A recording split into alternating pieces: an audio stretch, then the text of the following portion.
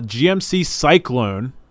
They revealed the price on this thing. They revealed all the details. And we're going to get another shot at the GMC Syclone for 2021.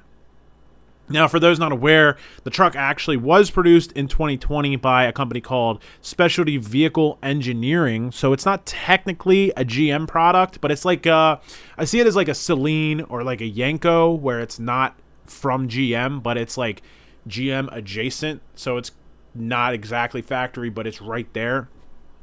So last year what happened was they slapped a V6, a supercharger on the V6 in the truck, and did a couple visual upgrades and some branding. And it was I wasn't blown away by it. Let's just say that. And I'm usually a little bit tough on these kinds of things because I think just because they're not marketed towards me. I saw what they were doing. It seemed like a baby boomer hard parker at a car show, pop my hood and show off what I got kind of vehicle. But this year, guys, they really are doing something right. So I'm going to take you through the brochure, and we're going to pick apart a couple of things that people might not have noticed. And we're going to talk about the performance. We're going to talk about the visuals. And I actually reached out to SVE. There is no price anywhere on the internet, but they did release pricing information, I guess just because I messaged them. And we're going to talk about the price. So we're scrolling through the brochure here. The first thing that I noticed is the appearance, right? So in the 2020, this is what the 2020 looks like, okay? And then we pop over to the 2021, and the first thing that I notice is this front end here. This is mostly, I believe that there are some color matched pieces, but this is mostly stock GM. So if I do say so myself, it looks a lot better for the sake of a sports truck than the 2020 did. So right off the bat, you're looking better. We have a little bit more aggressive wheel style. Again, the truck is going to have the Syclone branding, kind of make it feel like an original Syclone. You have these 750 horsepower badges, the branded wheels, all kinds of that stuff. And outside, they basically did their best to make it look like a modernized version of a Syclone. The one thing that I did find weird, though, was that the truck is an extended cab, and I didn't realize this until I made the video last year, but they no longer make these mid-size, unless there's something that I just completely missed, they no longer make these mid-size trucks in a single cab.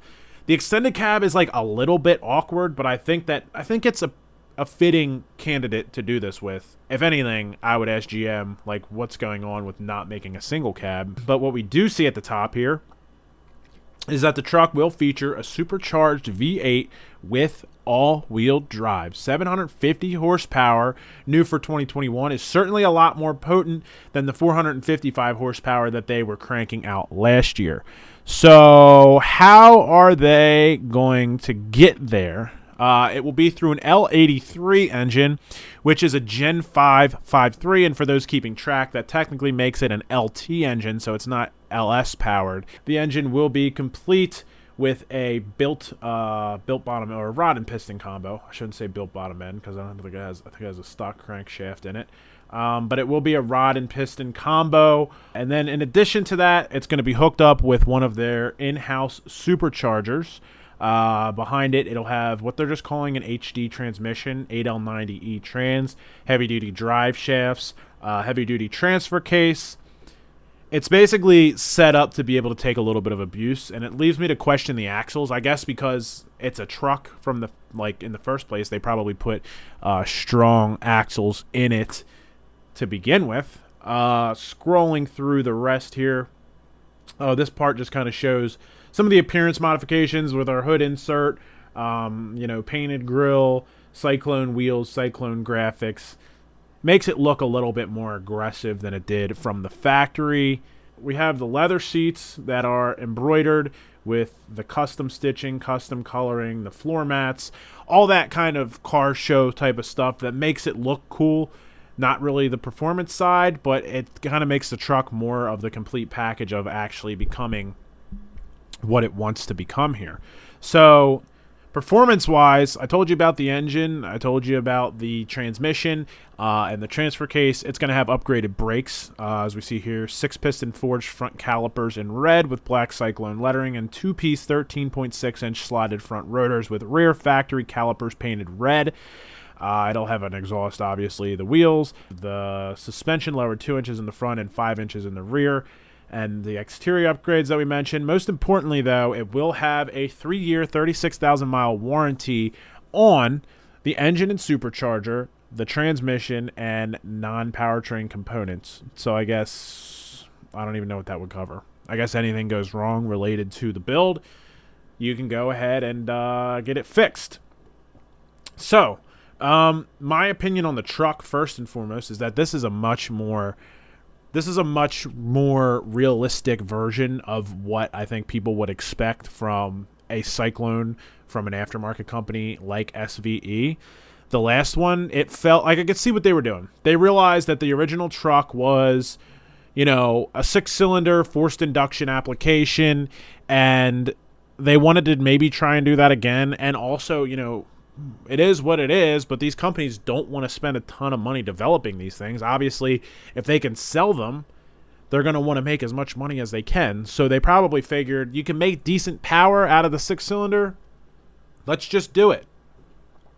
This generation, they say that the engine is a similar weight to the 6-cylinder, and I would assume that it's probably not too difficult to swap in there, but that's just an assumption, and you know what they say about those.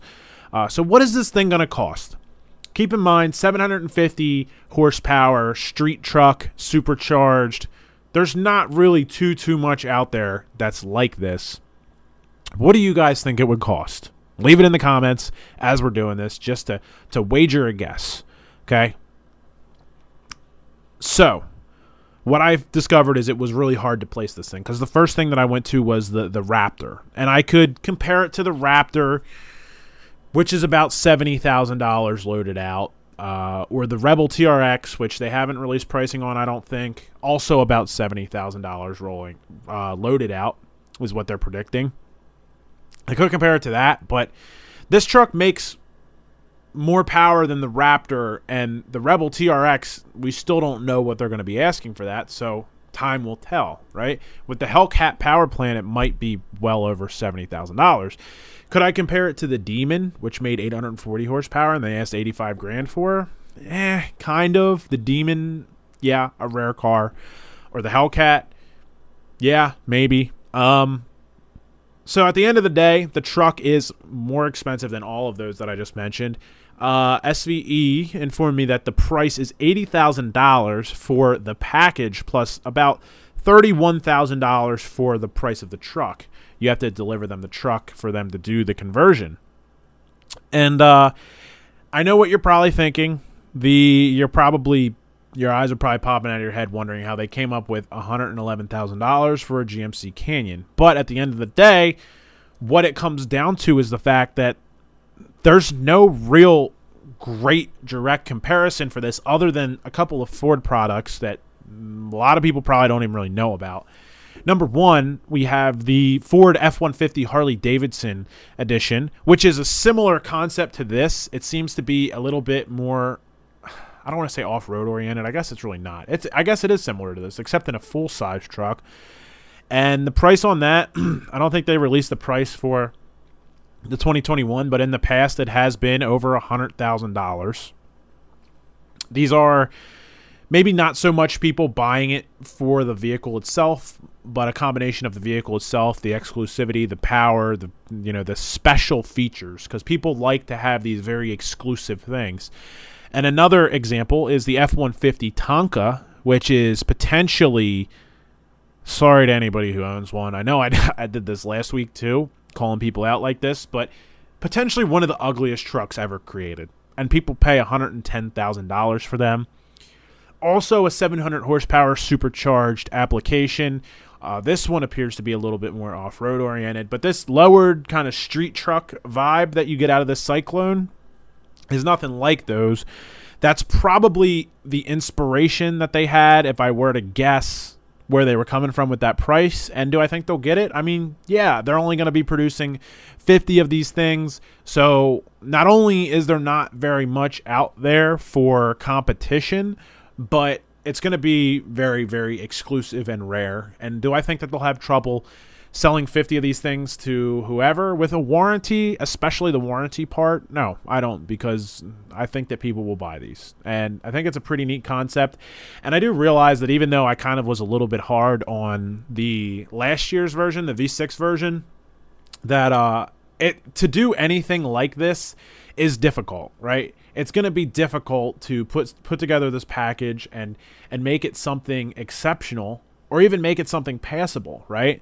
So hats off to those guys for putting this together and improving it. Clearly, they've been listening to people who have been talking about it and creating feedback for them. So what do you guys think of this? Would you buy it? Would you pass on it?